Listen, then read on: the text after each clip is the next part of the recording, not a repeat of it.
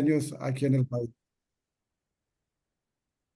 ¿Qué es lo que ha pasado? Yo creo que lo que ha pasado es que las instituciones del sistema de justicia no han estado a la altura, no han cumplido con los grandes retos, los altos deberes que les han sido confiados. Por un lado, lo que ha sucedido en los últimos años, y pues quiero remitirme a los últimos años, 10 años, 12 años quizás, ha habido una cooptación de todas las instituciones del sistema de justicia y eso pues generó que en cierto modo se acentuara la impunidad, sobre todo contra aquellos personas vinculadas al aparato estatal y, por qué no decirlo también, individuos o sujetos vinculados al crimen organizado.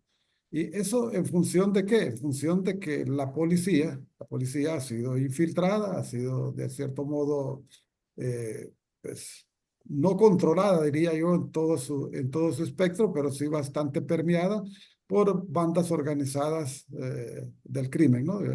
Valga la redundancia, del crimen organizado vinculado sobre todo a la actividad del narcotráfico. Tenemos presidente un expresidente de la República vinculado a delitos de narcotráfico que va a ser próximamente sentenciado a finales de este mes de junio, se va a emitir sentencia.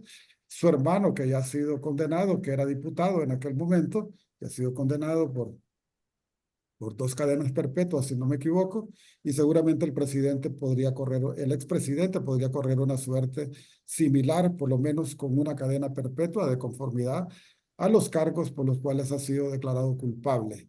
Entonces, ¿qué pasó? Uno se pregunta, ¿qué pasó en el control de la criminalidad? ¿Qué pasó en el control de la violencia? ¿Qué pasó con el tema de la impunidad en el país? Bueno, por un lado, con esas credenciales de las cuales nos estamos refiriendo, difícilmente había un interés genuino, un compromiso de controlar la ola de violencia que se vivía en el país. Por otro lado, la criminalidad organizada, y eso pues dio lugar a que esa impunidad que ya la veníamos arrastrando se acentuara en estos últimos años. Entonces, yo diría ahí que esta responsabilidad habría que atribuirla en un primer momento al Ministerio Público, ¿no? Ministerio Público, que es el encargado de la investigación y del procesamiento, la judicialización de los casos de criminalidad, tanto organizada como de delitos comunes. Y por otro lado, pues había que también pensar en las responsabilidades que han tenido las agencias de investigación, particularmente la Policía Nacional, y por qué no decirlo también, el aparato judicial, ¿no? Propiamente el Poder Judicial. También ahí hemos llegado con retraso para el juzgamiento de estos delitos y hasta hace pocos años se crearon los tribunales responsables del juzgamiento de delitos de criminalidad organizada y de corrupción. Y por otro lado, un tema que también gravita en esto es que el juzgamiento de los altos funcionarios del Estado no está sujeto al fuero común, sino que hay un fuero de carácter especial y son los magistrados de la Corte Suprema de Justicia quienes se constituyen en jueces naturales, tribunal de sentencia y en su caso, cuando amerita, en tribunal de apelación. Entonces eso también ha dejado como consecuencia que los altos funcionarios que han venido siendo acusados, no, la mayoría de ellos se les haya dictado sobreseimiento provisional y algunos de ellos sobreseimiento definitivo. Hay retos que me parecen importantes a mí para ir aterrizando. Yo creo que en este nuevo momento, con un nuevo gobierno, con cambio de autoridades en el Ministerio Público y en el Poder Judicial, uno de ellos sería que desde el Estado se pudiera elaborar una política criminal acorde pues, a esta situación de alta criminalidad y de impunidad. O sea, yo entendería que hay una política criminal, lo que no conocemos, no sé si el doctor Calix, que trabaja en el Ministerio Público, tendrá un mejor criterio. Eh, ¿Cómo está elaborada esa política criminal? ¿Qué es lo que prioriza? Pero yo sí creo que eso es necesario y más que responsabilidad del Ministerio Público, una responsabilidad de Estado. Luego, otro reto sería la reforma y reorganización del aparato de justicia, particularmente el Poder Judicial y el Ministerio Público. Ya salimos de esa época de la narcodictadura que le llamamos y no nos podemos quedar llorando sobre la leche derramada. Hay que reorganizar las instituciones, hay que entrar a una reforma de las mismas. El Poder Judicial desde el 2001 no ha sufrido ninguna reforma importante. Por otro lado, es necesario la reforma del Código Penal, sobre todo en delitos, en las penas de delitos por corrupción. Las penas son muy bajas con el nuevo Código Penal y eso ha abierto un debate bastante fuerte aquí en el país. Y cerraría diciendo que también un reto es abrir un espacio para la justicia transicional en el país. Es lamentable, pues, que después de la década de los 80, los crímenes de lesa humanidad, los desaparecidos, los asesinatos políticos producto de la guerra sucia, no ha habido investigación, no ha habido enjuiciamiento de los responsables. Luego están los responsables de los crímenes también de lesa humanidad, del golpe de Estado y del fraude electoral del 2017-2018. Y eso no es más que un reflejo palpable de impunidad aquí en el país. Yo lo dejaría por ahí para que los colegas lo puedan ampliar o complementar o eh, controvertirlo si fuera necesario. Bueno, muchas gracias, Guillermo. Ahora le vamos a dar la palabra a Carlos David Calix Vallecilio. Se ha desempeñado como funcionario judicial de carrera, dentro de lo que se destaca como magistrado de la Sala en lo Penal de la Corte Suprema de Justicia de Honduras. Ha sido asesor jurídico de la Fiscalía General de la República y actualmente ejerce el cargo de coordinador de la Escuela de Formación del Ministerio Público Orlán Arturo Chávez. Tiene especialización en Derecho Constitucional y en Ciencias Políticas y se ha desempeñado como docente en programas de grado y posgrado de la Universidad Autónoma de Honduras, la Universidad Tecnológica de Honduras y la Universidad de Sergio Arboleda de Colombia. Y es autor y coautor de diversas publicaciones. Así que, Carlos, cuando quieras comenzar.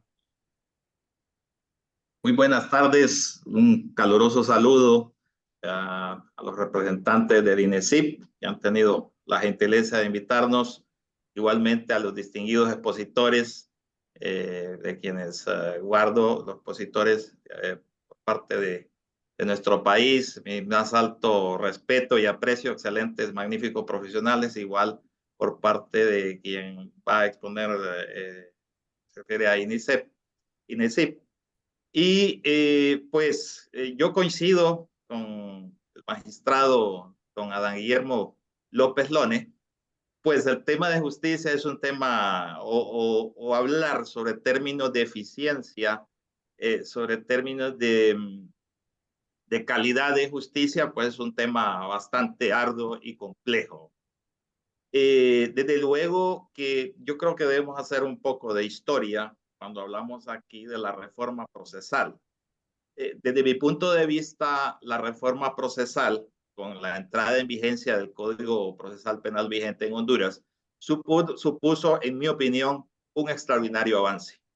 Un extraordinario avance porque quienes vivimos ejercimos como en su momento como operador de justicia con el viejo sistema de un procedimiento escrito, inquisitivo, ¿verdad? En el que primaba la prisión preventiva, pues definitivamente vimos que la capacidad de respuesta pues ha sido pues mucho mejor.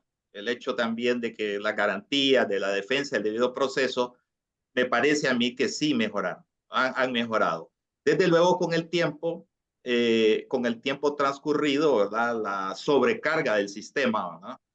Cuando empezaba el código, recuerdo, estaba viendo una estadística, se hablaba de 3 o 4 meses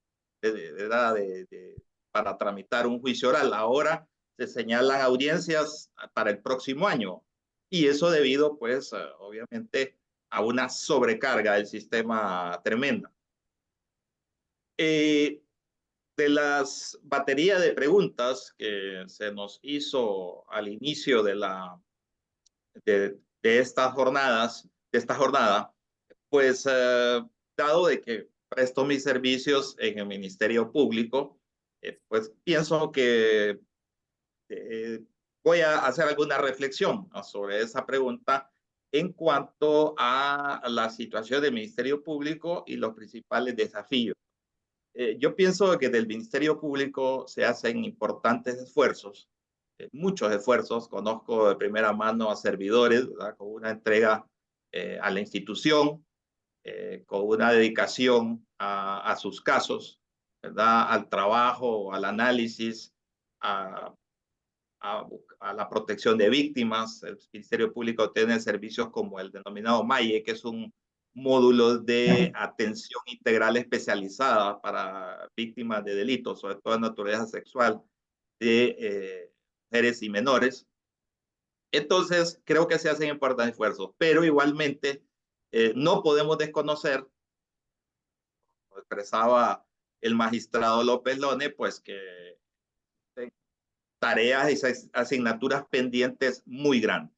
O sea, ¿por qué? Porque el sistema es la cantidad de servicios que se demandan por parte de usuarios es sumamente grande y siendo honestos, pues no se atienden, ¿verdad? En buena medida algunas de estas solicitudes de servicio, ¿verdad? De quienes acuden dentro de los diferentes componentes del sistema. Estamos hablando del sistema policial, el Ministerio Público, el Poder Judicial y luego también, por último, el sistema penitenciario. Estos son los 4 subsistemas dentro del sistema de justicia penal.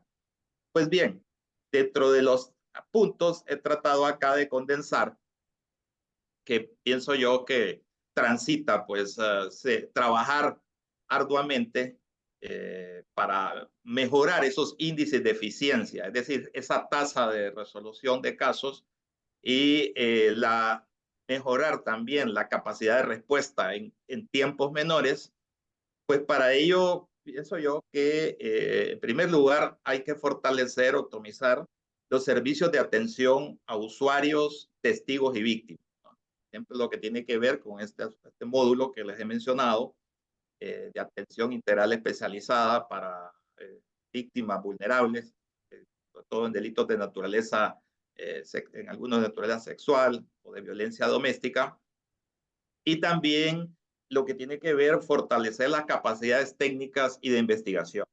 Se ha invertido, desde luego, en laboratorios, en estadística, en formación de peritos forenses, pero todos sabemos que actualmente un factor fundamental para el éxito de las investigaciones es la prueba científica.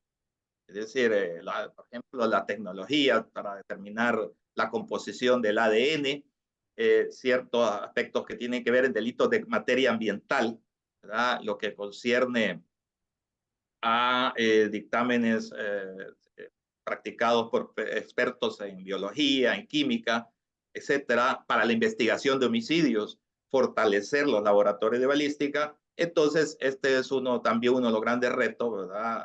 Alcanzar mayores niveles de eficacia en lo que se refiere a los laboratorios forenses. Otro punto es lo que tiene que ver, pues, mejorar lo que se refiere a la dirección técnico-jurídica de la investigación criminal. En Honduras, la dirección técnico-jurídica de la investigación corre a cargo del Ministerio Público por disposición constitucional y legal. En ese sentido, pues, se requiere hacer esfuerzos adicionales en mejorar, en supervisar esa dirección técnico-jurídica de la investigación. Luego, implementar procesos de persecución penal estratégica.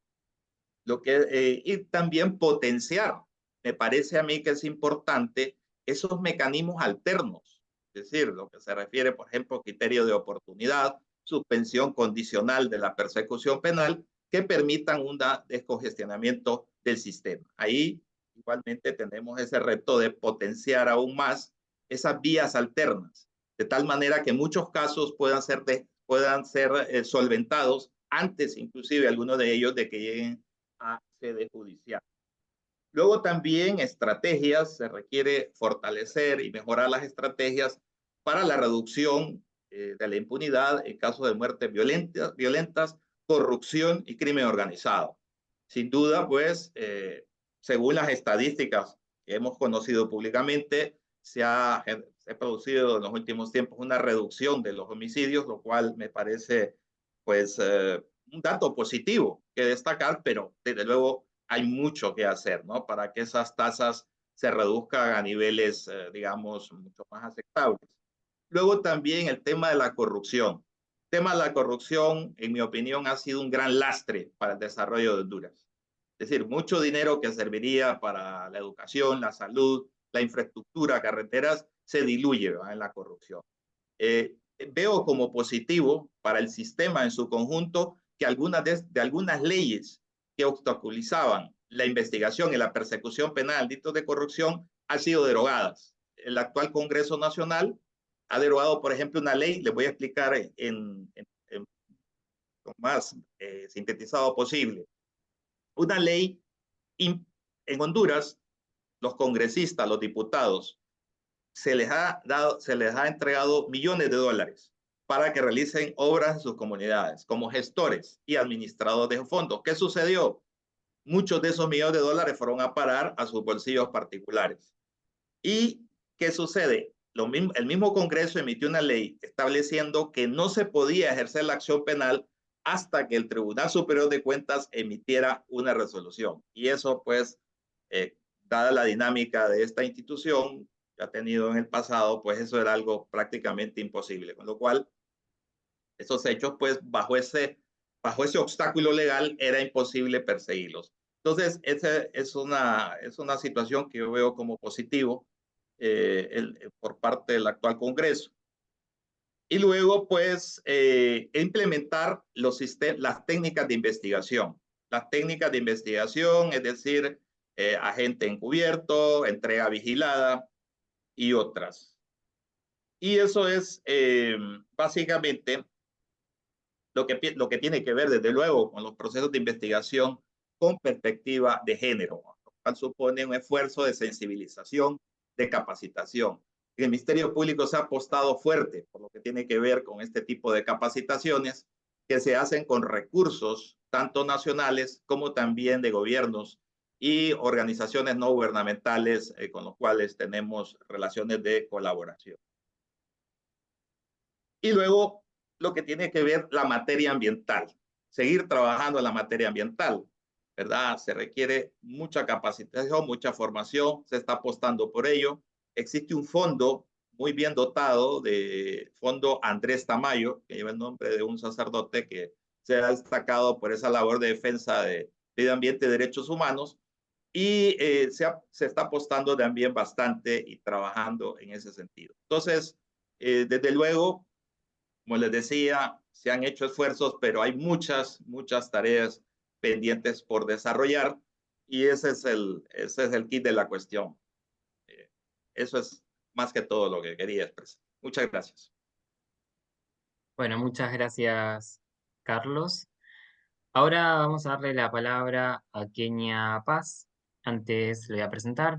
Kenia es doctora en Derecho, con un premio extraordinario de doctorado, máster en Derecho de Igualdad y Género en el ámbito público-privado por la Universidad Jaume de Castellón. También tiene un diploma de estudios avanzados en deberes y derechos constitucionales por esa misma universidad. Es autora de varios artículos científicos en Derecho Constitucional, actualmente cursando una especialidad en Justicia Constitucional y Derechos Humanos en la Universidad de Bolonia.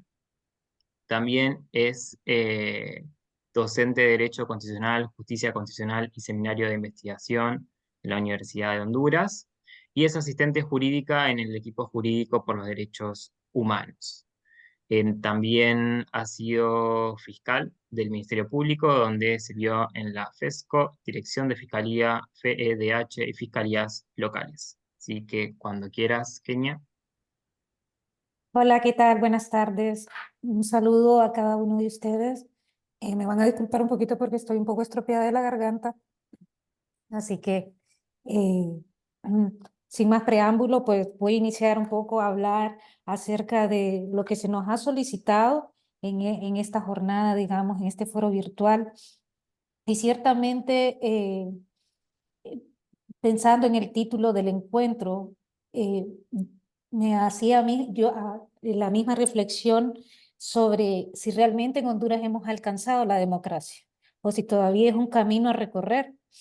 Y claro, si atendemos a conceptos constitucionales, a conceptos que ha desarrollado la teoría política respecto a lo que significa la democracia, en Honduras podríamos decir de que nunca la hemos alcanzado, de que no estamos cerca de alcanzarla, y esto porque obviamente los sistemas, el sistema de justicia sigue siendo uno de los grandes desafortunados del país.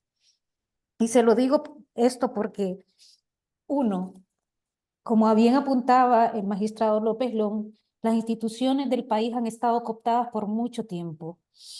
Y esto ha generado, obviamente, grandes índices de impunidad.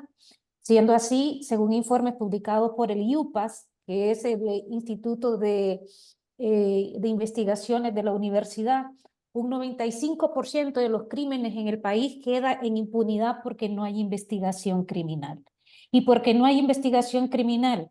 Porque el Ministerio Público en Honduras sigue ostentando el monopolio de la acción penal pública. Y quien dirige técnicamente la investigación criminal son los fiscales. Y entonces esto nos hace remitirnos a quiénes son los fiscales. Pues fíjese, en Honduras tenemos un gran problema. En Honduras el funcionariado del sistema de justicia y específicamente del sistema de justicia criminal está muy comprometido con el estómago. ¿Y por qué le digo esto? Porque el fiscal en Honduras ya no es un funcionario que pueda ser beligerante, que denuncie cuáles son las problemáticas que aquejan a lo interno del Ministerio Público. Y si usted tiene fiscales que no van a responder por los intereses generales de la sociedad, y si usted tiene fiscales que lo único que piden en sus huelgas es que se les aumente el salario y que tengan más beneficios, que obviamente son derechos que son irrenunciables, y que no hacen señalamientos sobre la precariedad en relación a todo lo que significa dar una atención eficaz y eficiente a la población que busca en el Ministerio Público un ápice de justicia, usted ya tiene problemas mayúsculos en el país. Aunque hubo un cambio de gobierno que prometió algunos cambios sustantivos a nivel político criminal, ciertamente a nivel general se desconoce cuál es la política criminal que está ejecutando el Ministerio Público. Aquí lo que hay es un estado de excepción en ciertas partes del territorio nacional, que todo mundo desconoce cuáles son los resultados de ese estado de excepción. Ciertamente las estadísticas, como mencionó el doctor Calix, demuestran que la incidencia criminal ha disminuido en Honduras respecto de los homicidios. No obstante, Honduras sigue siendo el país más violento de toda la región centroamericana. Eso significa que seguimos teniendo altas tasas de criminalidad, no solamente en homicidios, sino también actualmente la mayoría de los delitos están en impunidad según la Comisión Interamericana de Derechos Humanos. En los casos de femicidios, la impunidad alcanza un 90% de impunidad. En la comunidad LGBTQ+, un 90%. Contra los comunicadores sociales y periodistas es un 93%. En niñez y adolescentes, un 95%. Y respecto de los defensores de derechos humanos del territorio y la tierra, es un 97%. Esto significa, obviamente, que estamos muy lejos de lo que dispone el artículo 1 constitucional, que asegura que Honduras es un país, o más bien un Estado de Derecho soberano, constituido como una república libre, democrática e independiente para asegurar a sus habitantes, dice la Constitución, el goce de la justicia. ¿Tenemos justicia? Sigue siendo una aspiración. La libertad cada día más cooptada por esa delincuencia, aunque pagamos una tasa de seguridad de la que nunca hemos disfrutado. La cultura y el bienestar económico y social. Y si a eso sumamos lo que dice el artículo 59, que no es más que una declaración respecto de que la persona humana es el fin supremo de la sociedad y del Estado, pues yo le podría decir de que en Honduras todavía seguimos esperando esa democracia, ese trabajo eficiente y eficaz respecto de la reducción del índice de impunidad, y que esperamos que alguna vez entonces podamos hablar en Honduras de reeducación para todas aquellas personas que están o han purgado una pena como producto de una conducta criminal, que realmente exista reinserción social. Y obviamente nos encantaría poder hablar en términos de efectividad de un sistema restaurativo disuasorio y de restaurar obviamente el derecho de las víctimas, que son cuestiones a las que no se apunta ni desde el Ministerio Público ni desde el Poder Judicial todavía. Me quedo hasta aquí porque entiendo que vamos a seguir conversando. Muchas gracias, Kenia, por tu aporte. Ahora vamos a darle la palabra a Lucas Valderas Martos. Él es abogado y magíster en cooperación internacional, de origen español, presente en Centroamérica desde hace más de 20 años, trabajando en el acompañamiento de organizaciones de la sociedad civil, en la lucha por el acceso a la justicia de grupos en situación de vulnerabilidad. También ha impulsado procesos de fortalecimiento institucional en el sector justicia. Ha trabajado con diferentes organizaciones nacionales e internacionales y con agentes de cooperación como la Oficina del Alto Comisionado de las Naciones Unidas para los Derechos Humanos y la Agencia Española de Cooperación Internacional. Desde hace 6 años ya se desempeña como el director país de Abogados Sin Fronteras Canadá, con sede en Honduras. Así que, Lucas, cuando quieras. Muchísimas gracias, Hugo. Es un verdadero placer para Abogados Sin Fronteras Canadá el estar acompañando hoy a INECIP en esta reunión y sumarnos a esta reflexión regional en marcha. Y por supuesto, pues a nivel personal es un placer hoy estar con todos estos amigos que están hoy como ponentes y también en el público, gente conocida y querida. Muchísimas gracias a todos. A mí me gustaría un poco retomar la conversación donde la dejó Kenia en el artículo 59 de la Constitución de la República, que habla de la persona humana como el fin supremo de la sociedad y del Estado, y enlazarla con las preguntas que tú hacías, Hugo, en particular, vincularla con la cuestión del Ministerio Público, cómo interpretar ese trabajo del Ministerio Público al servicio de la persona humana, desde esa posición tan peculiar que le da el ejercicio del monopolio de la acción penal, y que por supuesto la ha puesto en un papel central en los procesos de reforma en las últimas tres décadas. Evidentemente, cuando hablamos de la persona humana como fin supremo de la acción del Estado, estamos hablando, digamos, que la persona, el reconocimiento de sus derechos, su garantía y protección de esos derechos, se convierten, por un lado, en un elemento finalista, teleológico de la acción del Estado, y por otro lado, se convierten en el límite de la actuación de los poderes públicos desde la lógica del principio de legalidad. Esto, en el caso del Ministerio Público, le coloca en una posición muy peculiar, porque el Ministerio Público, por ese rol de ejercicio de la acción penal, interactúa con los ciudadanos en tres lógicas muy diferentes. Por un lado, interactúa ante los acusados o ante las personas que están siendo sujetas a investigación, y en ese sentido la interpretación de esa obligación de respeto y garantía de los derechos humanos pasa por el respeto a los derechos a la defensa y al debido proceso, pero al mismo tiempo interactúa con las víctimas y con los denunciantes, y desde esa lógica, siguiendo un poco los estándares internacionales de derechos humanos, debemos pensar que la obligación del Ministerio Público pasa por contribuir a la realización del derecho a la verdad, a la justicia y la reparación de esas víctimas, y como sociedad, como conjunto, pues, de individuos que vivimos en este territorio. El Ministerio Público también es un portador de obligaciones ante ellos, en términos de transparencia, de rendición de cuentas, y en términos también de este derecho colectivo a la verdad, o derecho social a la verdad. De manera que el Ministerio Público juega como portador de obligaciones ante los ciudadanos con unas expectativas muy diferentes de estos grupos de ciudadanos, y en ocasiones con expectativas contrapuestas. Y me gustaría un poco basar ahí o partir de ahí para hacer ese análisis.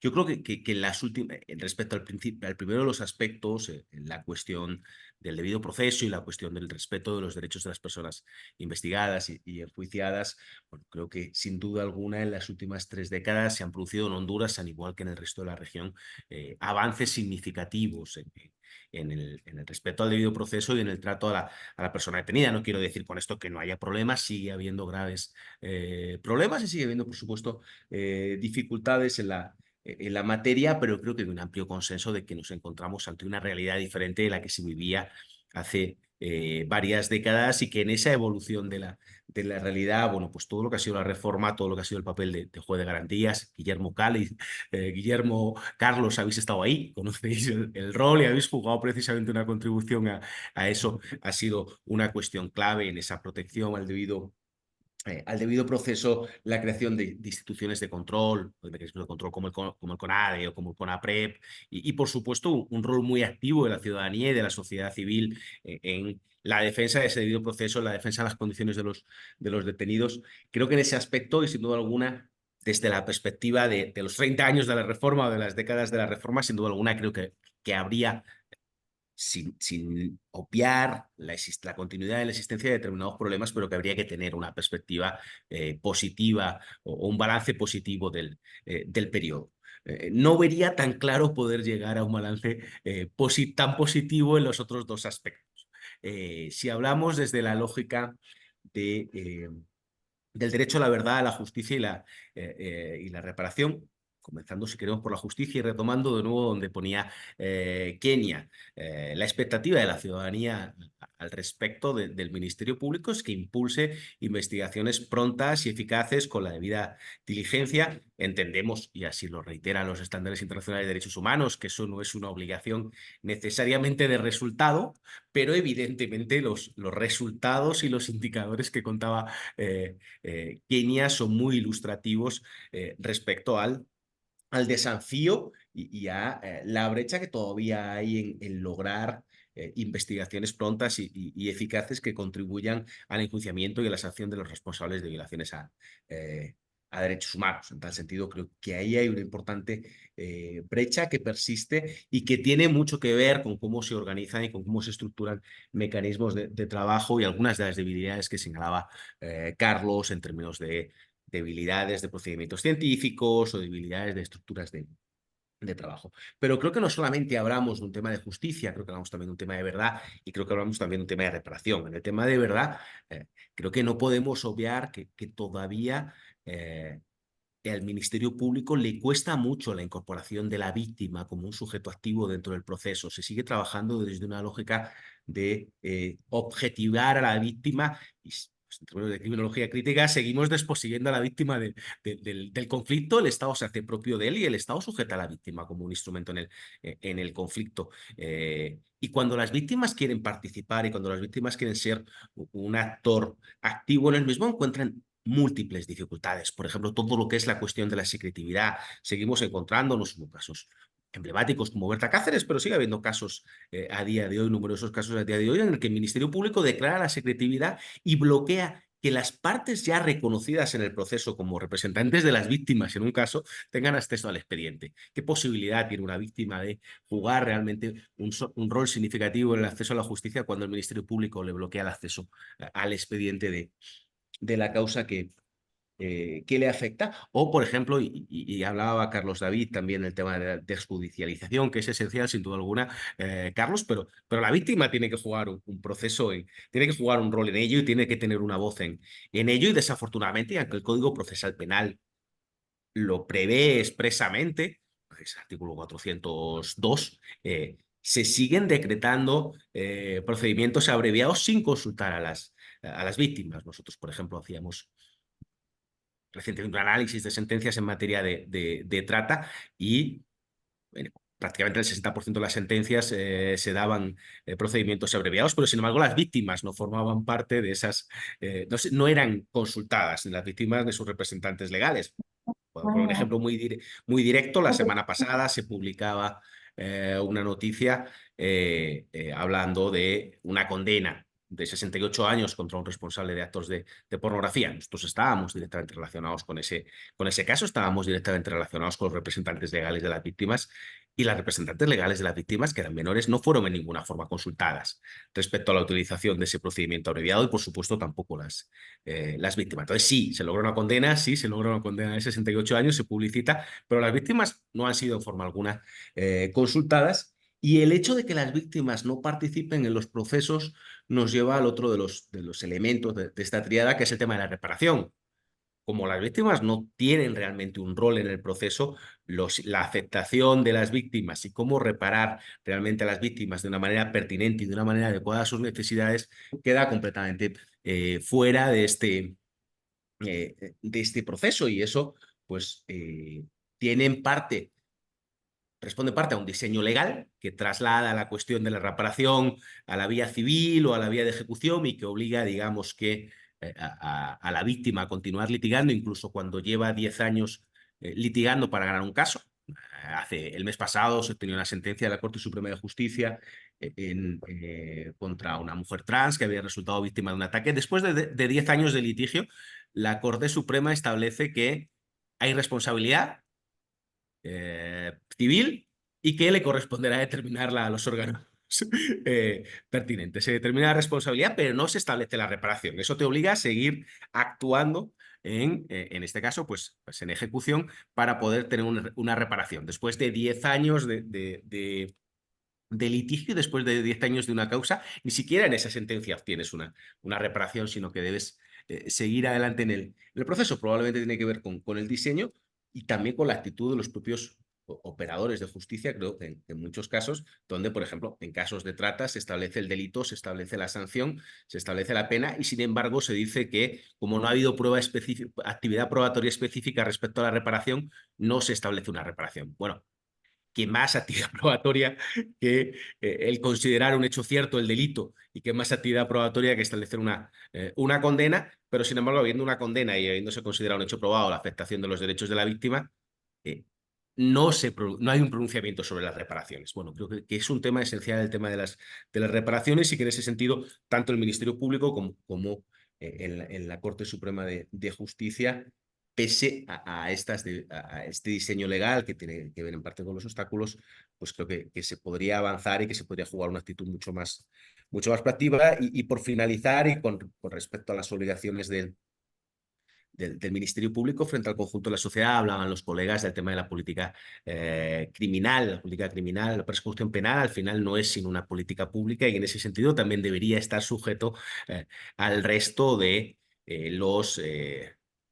a los principios del enfoque de derechos humanos en términos de transparencia, de rendición de cuentas y de participación ciudadana. Y en ese sentido, pues aunque legalmente están previstos algunos mecanismos de participación, como es el Consejo Ciudadano del Ministerio Público, no juega en la práctica un rol significativo en esa participación, y existen además algunas disposiciones normativas que representan un obstáculo significativo, el famoso artículo 7 de la ley del Ministerio Público, respecto a en qué medida los fiscales directamente como los que lideran el ejercicio de acción penal en casos concretos pueden hablar o no pueden hablar sobre los casos. Y en ese sentido, pues hay diferentes candados o hay diferentes limitaciones a nivel normativo que bien hacen que los mecanismos que existan no funcionen correctamente en términos de participación, bien limitan la rendición de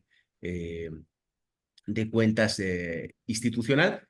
Y en ese sentido, pues creo que hay también mucho camino en términos de elaboración de planificaciones estratégicas, que este toque un plan estratégico del Ministerio Público, pero elaboración de rendición de ejercicios de rendición de cuentas, de informes sobre los avances en la implementación de ese plan estratégico, y de pues una discusión amplia y representativa sobre la política de persecución criminal y sobre la estructuración del trabajo del Ministerio Público en determinadas áreas, como en la materia anticorrupción, donde en los últimos tiempos pues hay como un debate público abierto, alimentado por las propias autoridades del Ministerio Público y por otros actores, respecto a la eficacia o no de la UFERCO y respecto al trabajo de la UFERCO o no, y en todos los espacios, como que de alguna manera se empieza a alimentar desde diferentes voces ese mensaje, pero tampoco hay una discusión pública de, bueno, si la UFERCO pareciera que no ha sido efectiva, ¿cuál es la alternativa y cómo se va a fortalecer el sistema nacional de combate a la corrupción? Así que podría ser una buena línea o un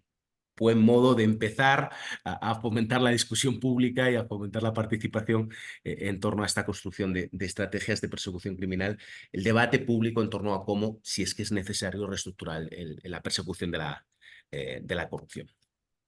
Yo dejaría por aquí, Hugo, estas primeras reflexiones y quedaría pues abierto a las preguntas y también al debate con los colegas que estoy seguro que querrán reaccionar o querrán también profundizar en alguno de los temas planteados.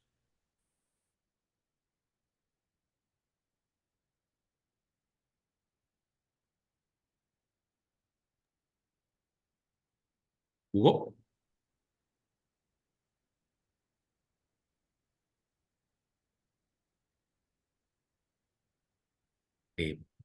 Perdón, me tuve que mover de lugar porque se me había cortado el internet. No, Ahí ya volví. pasó, no estaba atento. Había- no, tuve problemas de conexión, como todos tenemos. Bueno, gracias, Lucas. Ahora vamos a darle la palabra a la última de las expositoras de esta primera ronda, que es Martina Sirimele, que es abogada, es integrante de la comisión directiva del Centro de Investigación y Prevención de la Criminalidad Económica, el CIPSE, y actualmente prosecretaria del Ministerio Público Fiscal y docente en la Facultad de Derecho de la UBA. Así que Martina, cuando quieras. Hola a todos, gracias Hugo por la presentación.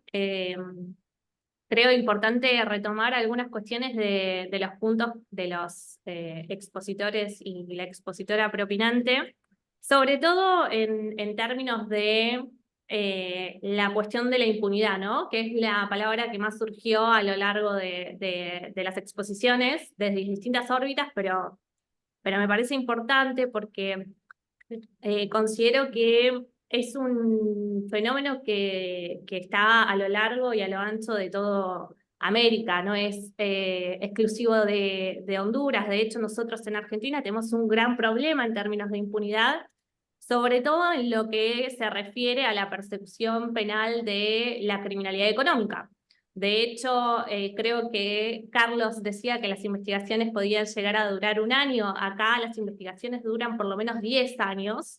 Y el sistema que tenemos a lo largo de nuestro país, más allá de que se esté implementando en algunas provincias el sistema acusatorio a nivel federal, es todavía inquisitivo mixto, es escrito, entonces las investigaciones tienen problemáticas muy, muy fuertes. Un caso paradigmático en ese sentido es un caso que se inició en la época del 2000, de una empresa que había sido o cometido actos de corrupción en el Estado, que se llama Skanska, una internacional, donde la realidad es que después de 18 años recién ahora se inicia el juicio. Entonces, las cuestiones de la impunidad creo que son estructurales y lo que debemos hacer es generar una agenda en donde determinemos quiénes son los actores que están trabajando para esa impunidad, ¿no? Porque no solamente es el sistema político y el sistema judicial, sino también el poder económico. Y a esto le tenemos que sumar, además, toda la problemática del narcotráfico y cómo el narcotráfico y el crimen organizado se vincula o coopta la estructura estatal. Y eso también es un fenómeno que se está extendiendo, por lo menos no es localizado de Honduras, sino que se da en todos nuestros países, y que eso es preocupante, pero también es preocupante las respuestas que se dan desde el Estado, porque finalmente son las mismas que se repiten, y se repiten patrones que son ineficaces, y sin embargo se sostienen en el tiempo esos patrones que no desarticulan absolutamente ningún tipo de mercado, sino que lo reproducen. Y acá algunas cuestiones que a mí me parece importante trabajar es justamente el fortalecimiento de los ministerios públicos fiscales, pero el fortalecimiento desde la lógica y el abordaje de este tipo de fenómenos, porque si se siguen abordando este tipo de delitos como casos aislados, lo que sucede es que nunca impactamos en las estructuras efectivamente de los mercados criminales. Y esto se vincula directamente con la falta de análisis político-criminal para generar una política criminal de persecución penal estratégica en esta materia. Porque la ausencia de datos, como decía recién Lucas, o la falta de rendición, la falta de informaciones respecto de la política criminal que encabeza el Ministerio Público Fiscal es muy importante, pero también es importante porque no nos permite determinar efectivamente cómo vamos a perseguir, qué vamos a perseguir, cuáles son los sujetos que vamos a perseguir, qué vinculaciones tiene con el sistema político, qué vinculaciones tiene con el poder empresarial. Estamos viendo nuestras agendas de persecución son cada vez más, se avanzan hacia otros temas. Creo que también Carlos hablaba de los delitos ambientales. Los delitos ambientales tienen una gran pata económica, entonces la articulación y el diagnóstico con datos y el diagnóstico a conciencia de lo que implican estos delitos en términos de mercados criminales es importante para después generar políticas de percepción que sean efectivamente o que den resultados eficaces y efectivos para desarticular esos mercados, porque si no, finalmente lo que sucede es que se siguen reproduciendo. Y una de las cuestiones que también desde el centro y desde INESIF nos parecen sumamente importantes es la incidencia del Ministerio Público Fiscal en el marco de las investigaciones en la estructura económica que manejan estos tipos de mercados criminales. Nosotros hablamos de mercados criminales para salirnos de el delito en concreto. Entonces, si estamos investigando un delito ambiental, o si estamos investigando el delito de trata y estamos investigando justamente el narcotráfico, la corrupción, tenemos que incidir en los activos que generan ese tipo de maniobras, porque si no incidimos en los activos o no incidimos en los flujos patrimoniales de estas organizaciones, poco vamos a lograr en términos de desarticulación de el mercado que estamos persiguiendo. Pero creo que es muy importante poder visibilizar esto, ¿no? Los actores que intervienen, que esto funciona con una lógica de mercado, porque todos los delitos de los cuales se fue hablando a lo largo de la presentación tienen un fin de lucro. La corrupción se asocia también con mercados criminales, no solamente el funcionario corrupto, sino qué pasa del otro lado, cuál es la lógica relacional que hay en el fenómeno de la corrupción. No tenemos el funcionario que solamente por una cuestión de moral es corrupto. Tenemos un montón de actores que inciden en la estructura de la corrupción. Entonces, seguramente tendremos el poder económico, como el caso de Skanska que les nombraba, en donde es una empresa, o tenemos, pensando en casos internacionales, el caso de Odebrecht, tenemos miles de casos en donde podemos dar cuenta de cómo el poder económico influye directamente o participa en los delitos de corrupción. Y entonces eso también hay que incorporarlo y poder abordarlo para poder derrumbar esto que identificamos como impunidad, porque ciertamente si nosotros no podemos identificar cuáles son los actores que intervienen en la comisión de este tipo de delitos, la incidencia va a terminar siendo ineficaz. Y los ministerios públicos fiscales tienen que estar fortalecidos para poder combatir efectivamente este tipo de delincuencia. Entiendo lo que decía Kenia respecto de, bueno, ¿qué está pasando? ¿Cómo hacemos, no? Para fortalecer a los ministerios públicos fiscales. Creo que eso es una pregunta que nos tenemos que hacer y empezar a construir, porque son quienes tienen, los ministerios públicos fiscales tienen el poder de luchar contra esta impunidad, perseguirla y lograr que a posteriores se sancione si efectivamente las investigaciones y la persecución es estratégica y es eficaz. Creo que estamos por ahí, Hugo, para no pasarme el tiempo. Gracias a todos. Bueno, muchas gracias, Martina. Bueno, muchas gracias a todos los expositores.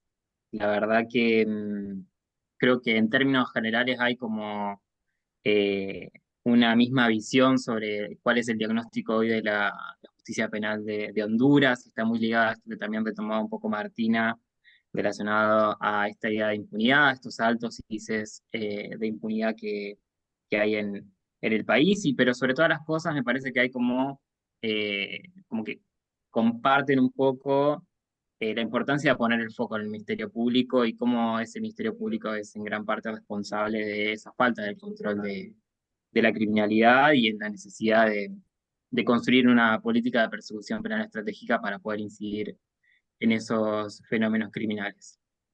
Habiendo hecho esta breve reseña de un poco de lo que me pareció más importante de lo que hablaron hoy, no sé si alguno de los expositores quiere continuar hablando, quiere responder a alguna otra exposición, quiere agregar algo antes de abrir a alguna pregunta del público. Sí, yo quería hacer Adelante. referencia a algunas cuestiones planteadas por nuestro buen amigo Lucas Valderas. Pues en el procedimiento abreviado, obviamente es una de las manifestaciones del principio de oportunidad en el proceso penal. Y lo que se busca, pues, es por parte del fiscal asegurarse el éxito, ¿verdad?, de la acción penal. Y por parte de la defensa, pues, obtener un beneficio y una reducción de condena. Entonces, según nuestro ordenamiento jurídico, a quienes les corresponde suscribir el acuerdo, pues es la defensa y al Ministerio Público. Por lo tanto, pues yo pienso que desde luego es relevante, es un derecho que tienen las víctimas de ser informados, pero también hay que tomar en cuenta, ¿verdad?, de que el proceso penal es altamente costoso y por otro lado, asegurar el éxito de la acción penal es fundamental en la tutela de los intereses de las víctimas. Otro punto que mencionaban es en cuanto a las reparaciones de las víctimas. ¿Qué sucedía con el Código Procesal Penal? En los requisitos de la sentencia se contemplaba una declaración genérica de responsabilidad civil, es decir, lo que se refiere a la restitución, a la reparación, a las indemnizaciones a favor de la víctima por la responsabilidad civil derivada del delito. Con la entrada en vigencia del nuevo Código Penal en Honduras, hace un par de años, se establece ya de manera más precisa que la acción civil puede ejercerse dentro del mismo proceso penal. Sin embargo, me parece a mí que ha debido articularse una legislación más precisa en ese punto. Más precisa en ese punto, porque no se establece, yo ahí quiero coincidir con Lucas, no se establece cómo se articula, por ejemplo, que la participación de la víctima en lo que se refiere al aspecto estrictamente civil, de reparación civil. Entonces me parece ahí que ahí hay una asignatura pendiente por parte del Poder Legislativo para que los tribunales, ¿verdad?, puedan pronunciarse en sede penal y no esperar, como bien lo explicaba Lucas, ir ante un juez de ejecución años después, ¿verdad?, porque eso supone mucho tiempo y costos. Entonces ahí me parece que es una asignatura pendiente del legislativo. Luego también en cuanto a la secretividad, yo creo que como todo en la vida, en todo, hay que guardar un equilibrio, una ponderación. ¿Qué sucede? Hay casos, son más mediáticos que otros, emblemáticos, y se parte de una hipótesis o de diversas líneas de investigación. Y habrá casos en donde menos se espera, la hipótesis menos previsible es la que al final se confirma. ¿Qué quiere decir? Usted como investigador, si bien la víctima indudablemente tiene derecho, pero tampoco usted puede divulgar todos los datos de la investigación, porque usted pone en precario el éxito. Alguien puede ser inclusive del entorno cercano, por ejemplo, de una persona que ha sido asesinada, pero usted no, en un momento dado, esa persona del círculo cercano puede estar involucrada en ese hecho criminal. Y si usted revela de manera sin limitación alguna todos los datos que va recabando la investigación, corre el riesgo de poner en precario el éxito de la misma. Entonces yo insisto en esto, desde luego, el derecho de las víctimas es fundamental, debe respetarse, pero como en todo, hay que tener el debido cuidado y la debida ponderación. Solamente. Gracias. Gracias, Carlos. Bueno, acá hay una, no sé si Lucas querés continuar, si no, hay una pregunta, bueno, de Jaime Hugo, Martínez. Él Hugo, pregunta, sí, sí, Guillermo, Hugo, no, previo ahí solo para dale, sí, aportar sí. algo sobre lo que decía el doctor Cálix Vallecillo y lo que planteaba Lucas del derecho de la víctima, la invisibilización de la víctima, la poca participación que hay y sobre todo en este proceso de la responsabilidad civil, ¿va? Como bien decía el doctor Cálix, ya hay una regulación en el nuevo Código Penal de que en sede penal se puede decretar la responsabilidad civil. No obstante, como él bien lo señalaba, la legislación se quedó bastante corta en eso, ¿no? Pero eso no implica que los tribunales de sentencia no pudieran avanzar en ese plano, pienso yo. O sea, no necesariamente la norma tiene que ser lo suficientemente explícita, por lo menos es mi criterio, y en audiencia de individualización de pena, una vez que se ha producido el fallo de culpabilidad, el tribunal de sentencia podría exhortar a las partes, ¿no? Exhortar a las partes a que en audiencia de individualización de pena aporten sus medios de prueba para poder determinar la pena concreta. Y por otro lado, si van a exigir la responsabilidad civil en sede penal, que también puedan llevar los medios de prueba pertinentes, porque hay que determinar en este caso el daño moral, el daño material, la afectación al proyecto de vida, etcétera, etcétera, ¿no? El tribunal no podrá pronunciarse sobre la responsabilidad civil si no hay una prueba de carácter pertinente. Por lo menos es algo sobre lo cual hemos reflexionado con algunos colegas, ¿no? Y que podría ser viable, tal vez. No sé cuál es el criterio de Lucas, de la doctora Paz y del doctor Cálix Vallecillo al respecto. Pero sí creo que podemos hacer ahí un poco de camino con la determinación de la responsabilidad civil en sede penal, ya que hoy tenemos por lo menos una puerta abierta para ello. Y sería, pues, un espaldarazo para las víctimas, ¿no? Sí, yo creo que coincido con el magistrado López Lone. Desde luego, la habilitación y las atribuciones para hacerlo están claras, ¿verdad? Con la reforma. Que con la entrada en vigencia ya se establecía, pero una declaración muy vaga, ¿no? Sobre la responsabilidad civil. Pero desde luego facilitaría las cosas, ¿va? Porque yo, claro, desconozco y me puede ilustrar mejor el magistrado López Lone, pues el número de casos en que ya se ha establecido la responsabilidad civil en la sentencia, ¿va? Por parte de los tribunales de sentencia. La verdad que ese dato sí que no lo conozco, pero facilitaría las cosas, pues que hubiera una legislación más precisa, ¿va? Pienso yo. Bueno, ahí hay, sí, Lucas, querías agregar algo antes. Sí, no, no, solo partiendo, por supuesto, el análisis de los colegas que son juristas finos y precisos, sí el rol de los operadores de justicia en ello y en hacer desarrollar el derecho y en tratar, digamos, de permitir que unas normas no particularmente precisas o no particularmente desarrolladas vía pretoriana se llenen de sentido. Y en ese sentido, pues evidentemente, cuando un tribunal está fallando, que no se pronuncia sobre la reparación porque no ha tenido prueba, es porque un fiscal no ha considerado que la reparación y el probar elementos sobre el daño, como hablaba Guillermo, formen parte de su trabajo. Es que hay que ver la legitimación, abogado. Hay que ver la legitimación. Hay que atenerse a la normativa. ¿A quién está legitimado para hacer la acción civil? Entonces no podemos inventar, ¿va? Por parte del Ministerio Público y saltarnos la legislación.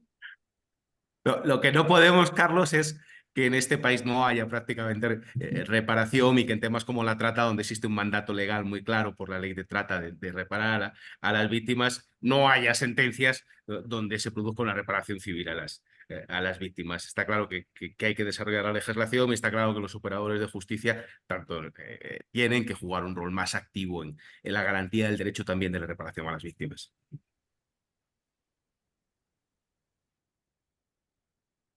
Bueno, ahí hay una pregunta de Jaime Martínez, que es para tanto para Guillermo como para Carlos, pero también pueden responderla cualquiera de los otros expositores. Guatemala y El Salvador hubo condenas contra expresidentes de la República. Guatemala fue más allá porque condenó a un presidente y una vicepresidenta en funciones gracias al apoyo de la CICIG. En Honduras, el único expresidente condenado no fue en Honduras, sino en Estados Unidos. ¿Qué diferencias observan en los procesos de reforma de la justicia penal de estos tres países? ¿Y qué necesita Honduras para volver más eficiente la persecución penal contra el crimen organizado y los delitos de cuello blanco?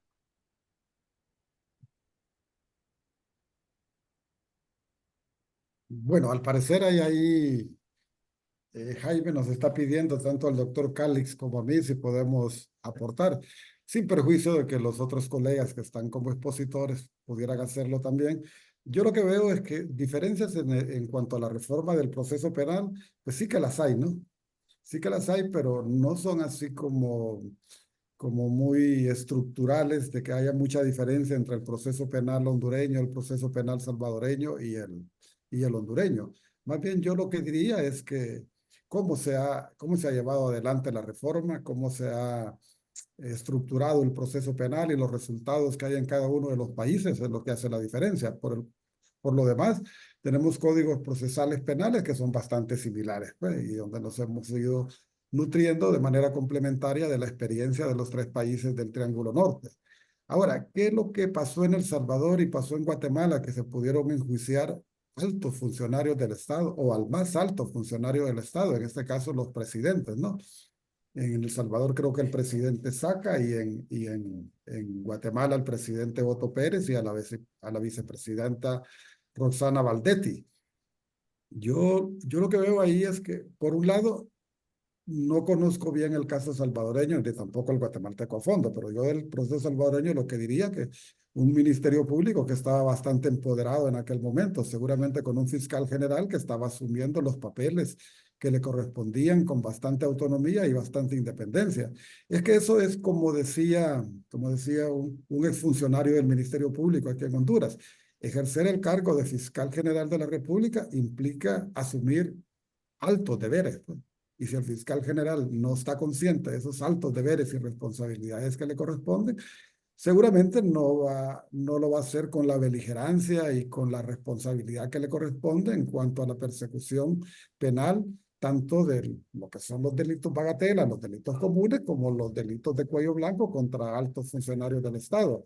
En el caso guatemalteco, sin duda que contribuyó extraordinariamente la Comisión Internacional contra la corrupción y la impunidad, la CICIG. Se vivía un momento bastante particular en Guatemala. Jaime, no sé si coincidís en eso conmigo, en el sentido que el Ministerio Público estaba pasando quizás por uno de sus mejores momentos en cuanto a fortalecimiento de carácter institucional, y la FESE, la Fiscalía Especial en Delitos contra la Corrupción y Crimen Organizado, pues era como la más beligerante, la más visible en ese momento en Guatemala, y con toda esa transferencia de capacidades que había hecho CICIG y el trabajo extraordinario que hacía la fiscal general Claudia Paz y Paz, se pudo llegar pues a ese momento tan particular de investigar, enjuiciar y condenar a Otto Pérez y a Roxana Valdetti. ¿Y ese podría ser en Honduras? Yo creo que en Honduras me volvería a retrotraer a lo que decía anteriormente. Necesitamos que las nuevas autoridades del Ministerio Público asuman esas altas responsabilidades.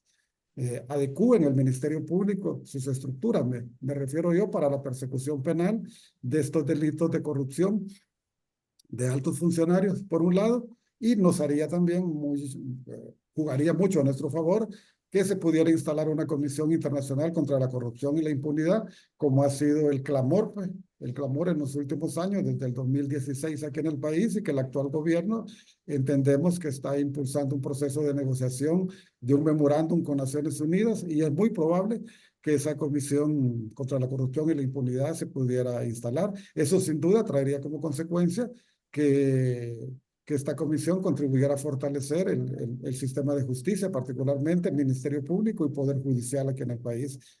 Yo lo vería por ahí, no sé si Jaime le parece, y el doctor Calix si tiene opinión al respecto. Sí, desde luego yo pienso que el funcionamiento del sistema penal, recordemos que hay 4 subsistemas, ¿no? Lo que es el sector policial, Ministerio Público, Poder Judicial y Sistema Penitenciario. es una responsabilidad compartida para que el sistema funcione. Y desde luego, como yo les puse al inicio de mi exposición, el Ministerio Público tiene un papel clave y muchas asignaturas pendientes. O sea, eso es algo que no se puede cuestionar. Ahora, en temas de criminalidad organizada y delitos de cuello blanco, que se mencionaba en la pregunta, pues es un tema muy complejo. La región sufrimos, ¿verdad? El fenómeno de la criminalidad organizada. Esta es una zona geográfica del mundo en donde el trasiego de drogas hacia Norteamérica y en alguna medida hasta Europa, pues es muy alta.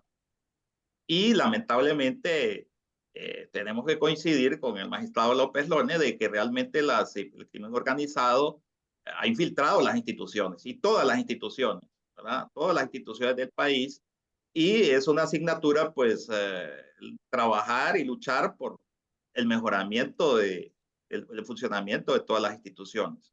Ahora, en temas de crimen organizado, ¿qué se requiere? Pues equipar y mejorar las técnicas de investigación, porque es un fenómeno complejo. No es lo mismo atacar la delincuencia común, ¿verdad? Del ladronzuelo que le quita el teléfono a otra persona o le hurta el bolso a una señora, que no es menos importante también atender la delincuencia común que enfrentarse a poderosas organizaciones criminales. Es decir, todos conocemos la historia, personajes de la política hondureña, ¿verdad? Desde el más alto nivel, pues ya conocemos los resultados, lo que ha sucedido. Y en cuanto a los delitos de cuello blanco, pues esto, pues igualmente, luego el Ministerio Público tiene una responsabilidad, pero también la tiene el Poder Judicial, ¿no? Es decir, la labor de juzgar tiene que hacerse en consonancia también en cuanto a la aplicación de la ley para castigar a las personas, ¿verdad?, que han cometido delitos en este ámbito. Tiene que haber una voluntad también, ¿verdad?, todas las autoridades del Poder Judicial también ese compromiso. Por lo tanto, yo pienso que eso supone también una colaboración entre instituciones, cada quien en el marco de sus atribuciones, pero estrechar esa colaboración, porque al final, y es muy importante lo que hablaba la doctora Kenia Paz, pues esa aspiración, ¿verdad?, del artículo 1 de la Constitución, pues no se vuelva una quimera, sino algo que pueda ser alcanzable y realizable.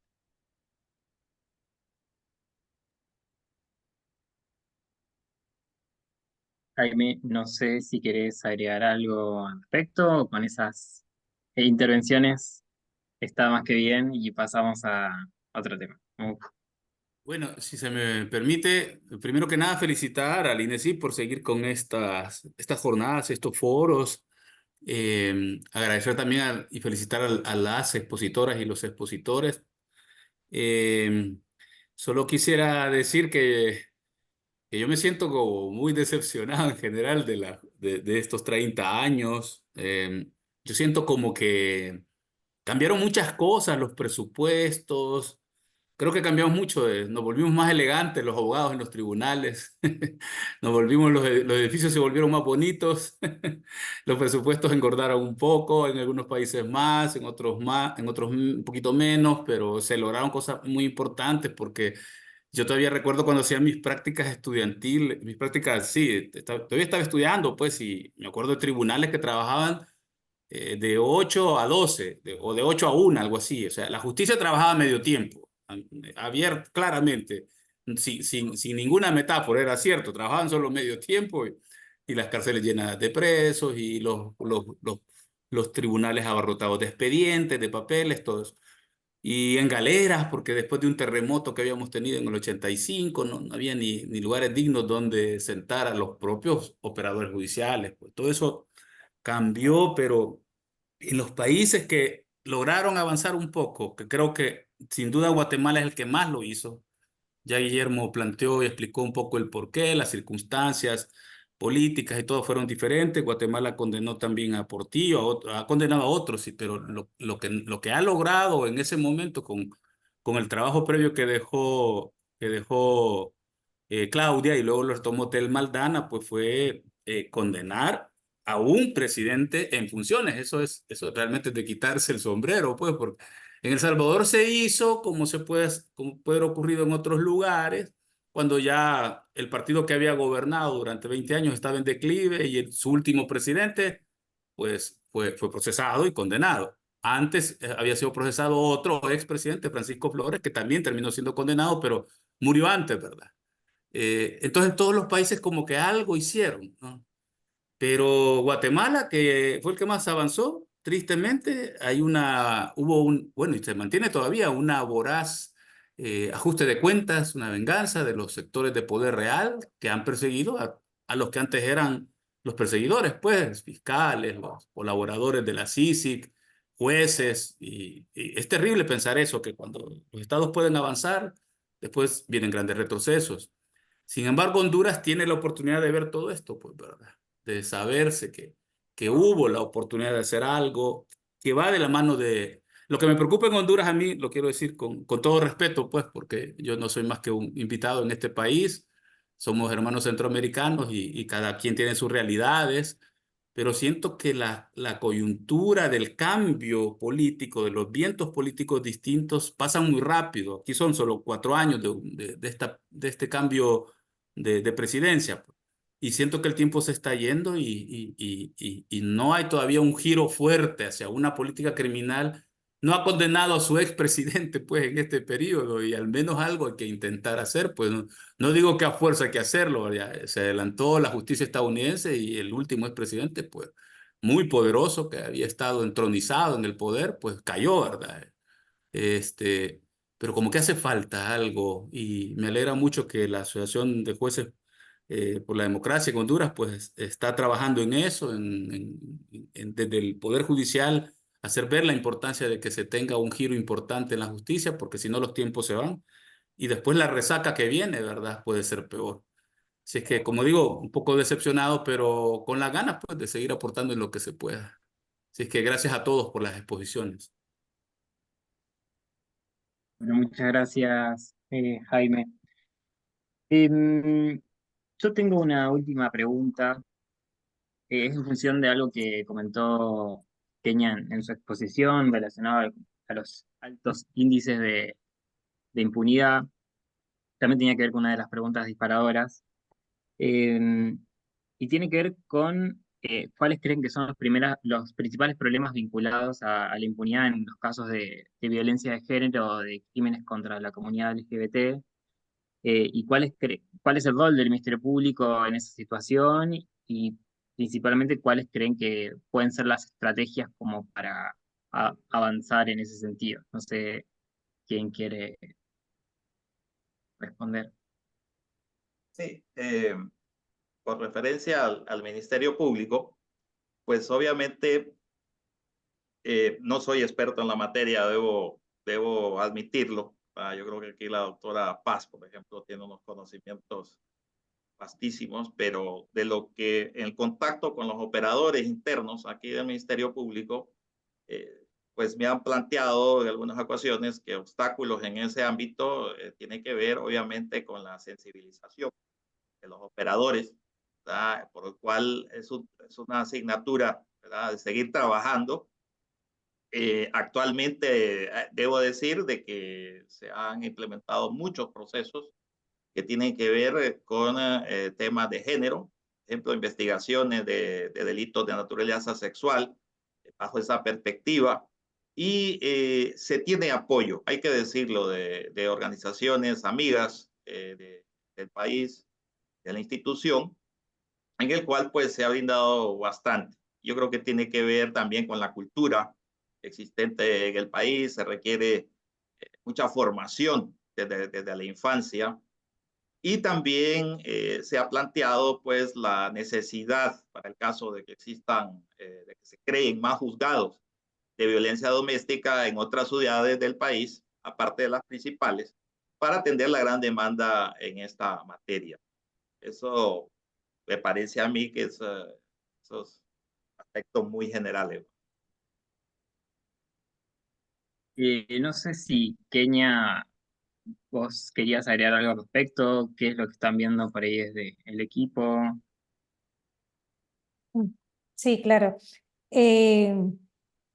A ver, si hablamos de delitos relacionados con la comunidad LGTBIQ+, a eso te refería, ¿verdad? Sí, Y y también delitos. a los femicidios que pueden ocurrir. O sea, los delitos de la violencia de género en general también. Ok.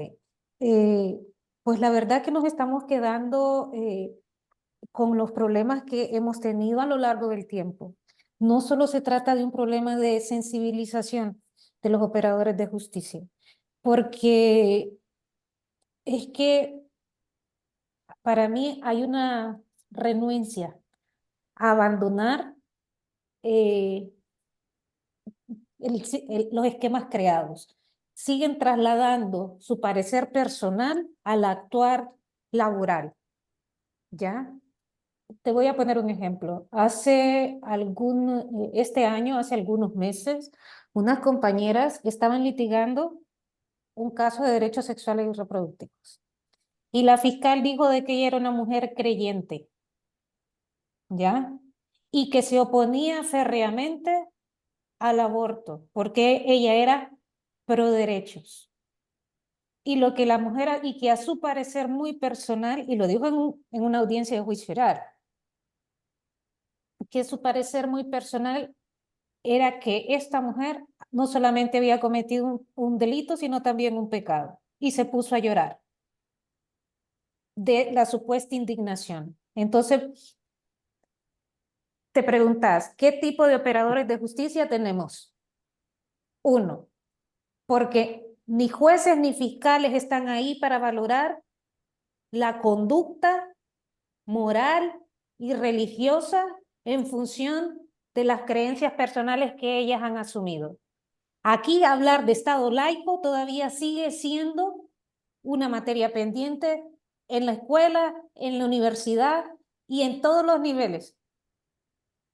Aquí todavía vas a los despachos judiciales y te encontrás con la Virgen de Suyapa, que es la patrona de Honduras, en los despachos. ¿Qué te dice esto? Te dice que las mujeres no van a obtener justicia aquí porque hay sesgos de género en los funcionarios judiciales. Te dice lo mismo respecto de cómo se aborda la investigación criminal en el Ministerio Público, porque se les criminaliza por el hecho de ser, básicamente. ¿Ya? Entonces, no podemos tener buenos resultados en cuanto a la aplicación de una investigación estratégica y eficaz de respeto a los derechos humanos de las mujeres, de respeto a los derechos humanos de los grupos vulnerables, si no se trabaja, uno, en esclarecer cuál es tu desempeño como fiscal del Ministerio Público y a qué se debe limitar, y cuál es tu desempeño como jueza o jueza de una jurisdicción. Yo sí creo de que hay mucho trabajo por hacer más allá de lo que están haciendo jueces y fiscales. Se debe analizar un contexto que no se está analizando. No podemos seguir bajo una lógica de maquila para la aplicación de la justicia en el sistema de justicia penal. Se ha desnaturalizado por completo se ha desnaturalizado, te decía, por completo todo lo que conlleva el proceso penal. Seguimos trabajando con fiscales que no salen de la caja y no se puede, obviamente, dejar por fuera de que estos fiscales lo que ocasionan con esto es criminalización bajo procesos injustos, donde obtenemos sentencias injustas, porque los juzgadores también tienen una visión muy primitiva de lo que es la aplicación del derecho. Y de otra parte, en los delitos contra la corrupción, tenemos que Fiscalía sigue estando politizada y muy politizada. En atención a lo que preguntaba, voy a retrotraerme un poco a lo que preguntaba alguien de los participantes, ¿ya? El Ministerio Público en Honduras siempre ha sido un ente político y a la hora de actuar no se han despojado de esa política vernácula que les ha acompañado en el nombramiento. Por eso es que nosotros tenemos tantos delitos de corrupción en la impunidad. Y por eso también es que tenemos políticos que se sabe que tienen riquezas montañosas y que el Ministerio Público no ha perseguido. El Ministerio Público obviamente debe de estar regido no solamente por esa ley del Ministerio Público y no solo debe atender lo que dice la ley del Ministerio Público, el Código Procesal Penal y las leyes secundarias en relación a la persecución del delito. Tiene que atender los estándares internacionales de derechos humanos y lo que dice la Constitución en relación a esos estándares internacionales de derechos humanos. Tenemos problemas enormes en la jurisdicción siempre que alegamos estándares internacionales de derechos humanos y le solicitamos a juezas, jueces y magistrados que por favor hagan un control de convencionalidad. Han llegado a decirnos, por ejemplo, en causas que estamos sustanciando de que siempre actuamos como defensoras de derechos humanos. Y nosotras decimos, sí, es que somos defensoras de derechos humanos y usted también representa los intereses generales de la sociedad y por lo tanto debe obviamente velar porque esos derechos sean cumplidos y observados. Sí, tenemos muchos problemas todavía que los tenemos identificados desde las causas que llevamos desde el JDH, pero sobre todo creo que es responsabilidad del Estado identificarlos y trabajar para que se puedan superar y acercar entonces a la población en general, mujeres, niñas, que son las que más vulnerables están dentro de este país, y demás personas, a que se puedan acercar a un sistema de justicia penal que respete sus derechos, que proteja sus derechos y que les reconozca como titulares de esos derechos, porque es que el problema también redunda ahí mismo. Si te ven como una persona desposeída de derechos, no se actúa en consonancia. Bueno, muchas gracias por tu respuesta, Kenia, por tu intervención. No sé si alguno de los otros expositores quiere agregar algo más, si alguien quiere hacer alguna pregunta y abrir el micrófono. Si no, vamos a ir dando cierre.